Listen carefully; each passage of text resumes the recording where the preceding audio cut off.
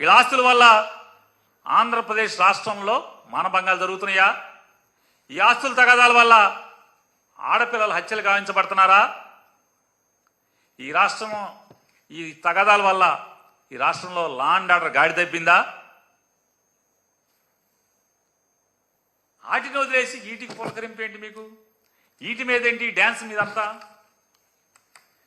2-3 రోజుల నుంచి వీటి మీద ఏంటి అసలు మీ గొడవ?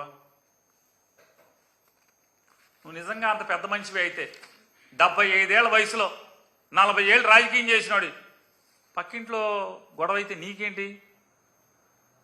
వెనకటికి మనం సినిమాల్లో చూస్తూ ఉంటాం,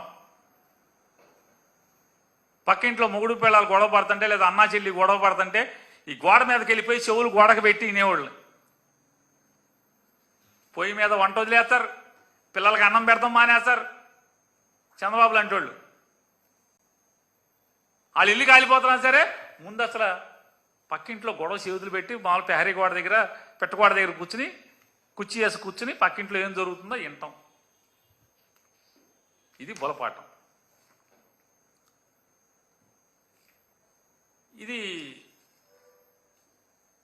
ఇవాళ ఈ ఎంఓయూ ప్రకారం ఉన్నటువంటి అండర్స్టాండింగ్ ప్రకారం విజయమ్మ గారికి రాసి ఇవ్వటం జరిగింది. ఏమని? కోర్టు తర్వాత కోర్టు జడ్జిమెంట్ మనకు అనుకూలంగా రాగానే ఈ ఆస్తులన్నీ కూడా బదలాయిద్దాం. అంతవరకు మన విజయమ్మ గారి పేరు మీద 49%, అప్పటికే విజయమ్మ గారి పేరు మీద సుమారుగా 2% సరస్వతి పౌర్ల వాటా విజయమ్మ గారి పేరు మీద ఉంది. మిగతా మరొక 48% ఆ రోజు విజయమ్మ గారి పేరు మీద బదలాయింపుకి అంగీకారం తెలుపుతూ తెల్లకాగితం మీద అన్రిజిస్టర్డ్ విల్లింగ్నెస్ ఒకటి for the transfer of shares